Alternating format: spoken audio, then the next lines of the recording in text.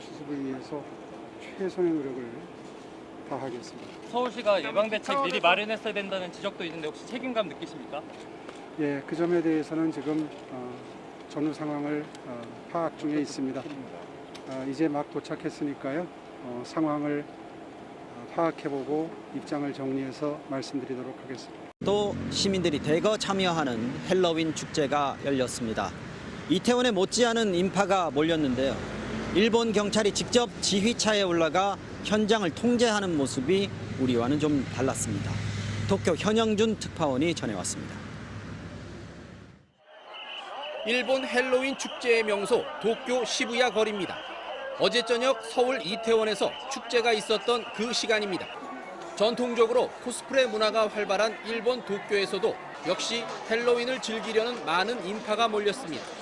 한눈에 보기에도 압도될 만큼 수백 명의 경찰들이 배치돼 있는데 교통과 질서 유지 외에 압사 사고를 막기 위한 경찰력이 별도로 투입됐습니다. 눈에 띄는 건 거리 곳곳에 설치된 경찰 지휘차입니다. 이른바 DJ 폴리스.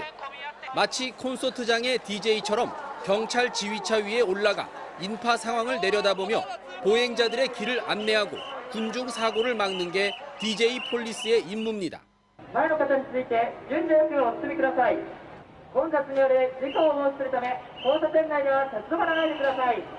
인파 대형 참사를 낳았던 올해 헬로윈은 서울시 등 지자체 차원에서 10만 명가량이 몰릴 것으로 예상했습니다.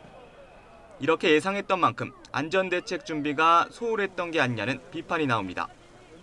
지난해엔 방역수칙 위반을 중심으로 유흥시설 특별단속에 나섰지만 올해는 안전대책 관련해 별다른 공식 입장이 없었습니다.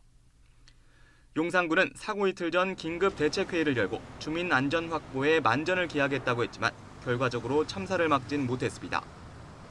부실한 안전대책 탓에 소방당국은 관할 소방서가 사전에 소방 안전대책을 세우고 사고 1시간여 만에 대응 3단계를 발령했지만 역부족이었습니다. 지자체라든지 또 경찰이라든지 이런 관의 입장에서는 사실 이렇게 많은 인파가 모였을 때 안전에 대한 부분들은 꼭 이런 부분들의 절차나 또 형식이 아니더라도 조금 더 챙겨봤었으면 어땠을까 하는 아쉬움이 굉장히 짙은 거죠.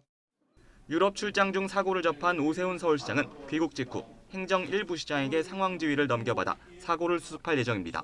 국회에 제출한 자료에 따르면 윤 대통령의 출퇴근 교통관리 등에 700여 명의 경찰 인력이 동원되고 있는 것으로 추산됩니다. 지난 정부의 경찰 경비 인력과 비교하면 70에서 80% 정도 늘어난 규모입니다. 무리한 용산 대통령실 이전이 치안 공백까지 발생시키지는 않을지 걱정스럽습니다. 더욱이 김건희 여사의 비공개 일정에도 경찰 공권력이 동원되고 있는 것으로 확인되었습니다. 민중의 지팡이여야 할 경찰 인력이 대통령 내외에 챙기느라 붙들려 있는 현실을 어떻게 받아들여야 합니까? 국민과의 소통을 명분으로 대통령실 이전을 밀어붙였지만 그 결과는 허탈합니다.